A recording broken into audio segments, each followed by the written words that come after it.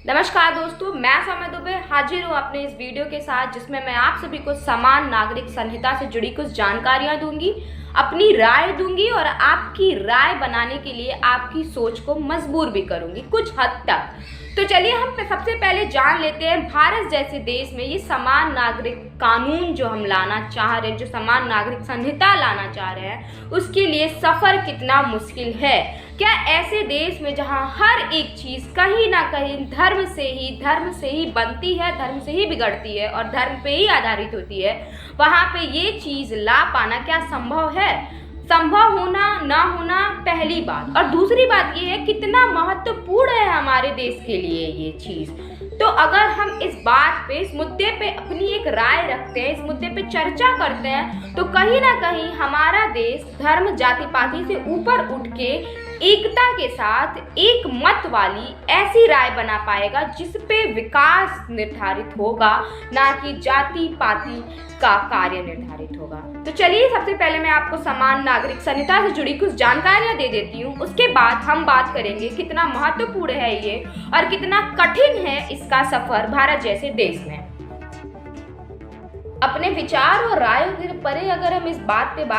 मुद्दे पे बात करते हैं, तो हम पाएंगे कि हमारे संविधान में जो कि अनुच्छेद 25, 26 और अनुच्छेद 44 है, ये तीनों अनुच्छेद इन्हीं मुद्दों से जुड़े हुए हैं।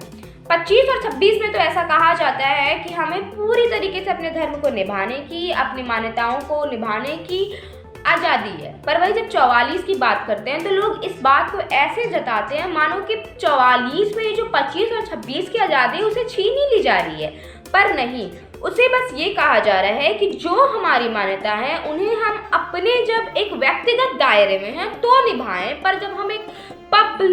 पब्लिक स्पेयर में आ रहे हैं, एक ऐसी जगह पे आ रहे हैं जहाँ पे सभी हैं, जहाँ पे हमारे सद्भावना और सामंजस्य की हमें ज़रूरत है, तो वहाँ पे जैसे कि कानून हुआ या किसी केस की सुनवाई हुई, ऐसी जगहों पे हम एक नियम निभाएं। उस वक्त हम अपना धार्मिक जो हमारी आइडेंटिटी है उससे खुद को डिटैच कर ले, खुद उससे हम दूर हो जाएं।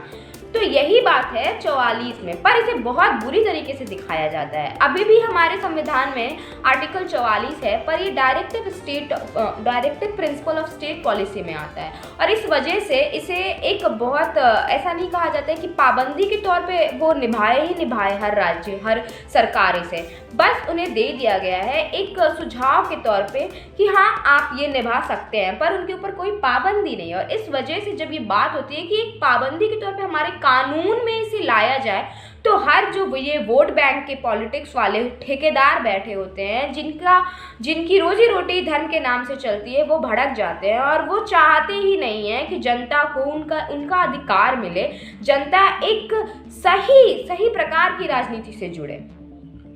हमारा इस देश का एक जिम्मेदार नागरिक होने के नाते ये एक बहुत बड़ी बात हो जाती है कि हम ऐसे महत्वपूर्ण मुद्दों को समझें, केवल न्यूज़ और ब्रेकिंग न्यूज़ जैसी खबरों से जोड़ के नहीं, उसके तह तक जाएं, उस मुद्दे को, उसकी ज़रूरत या फिर कितना पेचीदा है या क्या मुसीबतें हैं, उन बातों तक हम पहुँचे। अगर यूनिफॉर्म सिविल कोड की बात हम ऐसे समाज में करते हैं जहाँ के आधे से अधिक लोग, हम कह सकते हैं लगभग 80% या 90% जितने लोग धर्म से ही जुड़े रहते हैं, और उनको धर्म से अलग करना या कह देना कि अगर आप इस शैक्षणिक संस्थान में जा रहे हैं तो वहाँ पे आप अपने धर्म से जुड़ी जो चीज़ें हैं, कोई भी चीज़ आप ले सकते हैं, टीका, पगड़ी, नकाब, हिजाब, कुछ भी ले सकते हैं, आप उनसे दूर हो जाएं, तो बहुत से ऐसे लोग होंगे, बहुत से ऐसे समुदाय के लोग होंगे जो इस बात के खिलाफ, इस चीज़ के खिलाफ होंगे।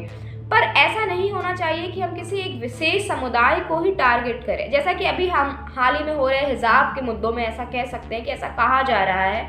कि एक समुदाय को टारगेट किया जा रहा है। मैं इस वीडियो को उस तरफ केंद्रित नहीं करना चाहती हूँ कि किसी समुदाय को टारगेट किया जा रहा है कि नहीं किया जा रहा है। मुद्दे की बात यहाँ ये है कि यूनिफॉर्म सिविल कोड की ज़रूरत तो है, बहुत ज़्यादा ज़रूरत है। अगर ये चीज़ें नहीं आएंगी तो हर मुद्दे को धर्म से जोड़ दिया जाएगा, हर मुद्दे को ऐसा कह दिया जाएगा कि ये एक धर्म पे इसका टारगेट हो रहा है। तो जब भविष्य में सबके लिए एक ही कानून होगा कि अगर आपके लिए ये है तो हमारे लिए भी वो है, तो हम ऐसा तो नहीं कह सकेंगे। और इस बेफिजूल की बातों में बेफिजूल का बहस तो हमारे देश में नहीं हो सकेगा। और इस मुद्दे पे सोचना इसलिए बहुत ज़रूरी है, चाहे वो साहबानों का केस हो या फिर वो किसी से भी जुड़ा केस हो, या वो पगड़ी पहन के जाना हो या फिर वो कोई भी केस हो। हम अगर इन बातों को समान नागरिक संहिता से जोड़ देते हैं तो ये धार्मिक मुद्दों पे वोट लेने की पॉलिटिक्स कहीं ना कहीं खत्म हो जाएगी। बने रहे हमारे चैनल दी ऑर्डरिंग के साथ। धन्यवाद।